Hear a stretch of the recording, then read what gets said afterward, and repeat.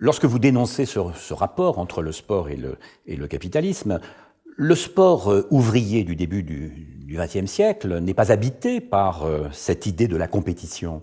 Donc il y a peut-être, c'est pas le sport en lui-même qui est compétitif, c'est peut-être une certaine manière de le concevoir. Mais d'ailleurs, le mouvement ouvrier ajoutait toujours un qualificatif. On parlait de sport rouge, on parlait de sport ouvrier, on parlait de sport non compétitif. Moi, je pense que par clarté, il faut abandonner cette terminologie de sport pour pouvoir développer d'autres formes d'activité physique. Et vous avez raison de le dire. Le sport, j'allais dire, alternatif, un autre sport était beaucoup plus important au XIXe siècle, au XXe siècle, aujourd'hui. Je dirais que l'histoire du sport au XXe siècle, c'est l'histoire de la victoire du sport capitaliste. Mais ça n'a pas été une victoire au point, ça n'a pas été une victoire par chaos. C'était une victoire par jet de l'éponge.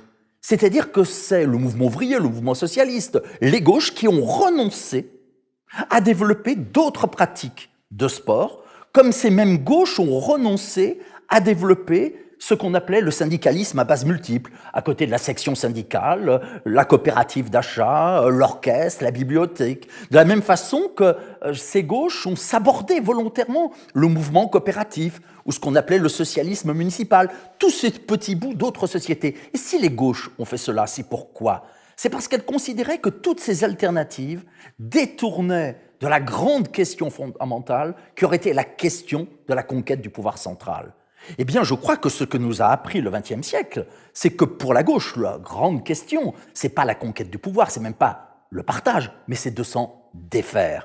Et je dirais que ce qui est vrai dans le champ politique, le reste aussi dans le domaine des activités sportives ou physiques. C'est-à-dire qu'il faut développer un sport qui non seulement est un sport non compétitif, mais qui est un sport, j'allais dire, non hiérarchisé.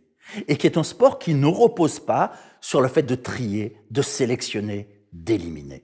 Donc si je comprends bien, le sport est de droite, historiquement, idéologiquement de droite. Il y a une tentative de gauche pour essayer de s'approprier le sport ou d'opposer une autre forme de sport, et cela a échoué.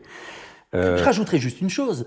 Je dirais que lorsqu'on développe en France cette idéologie moderne du sport, on le fait dans un but qui est un but ouvertement militaire.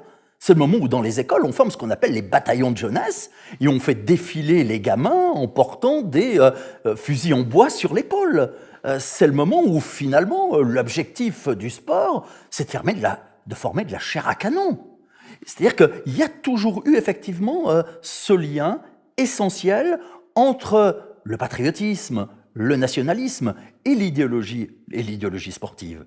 Mais on aurait pu développer, et moi j'appelle effectivement à développer d'autres activités physiques. Je ne dis sûrement pas qu'il faudrait simplement être des individus éthérés. Je crois qu'au contraire, nous souffrons aujourd'hui cruellement d'une sous-considération de ce que le corps peut nous apprendre et de la façon dont, effectivement, le corps représente une autre source d'intelligence, une autre source de compréhension du monde.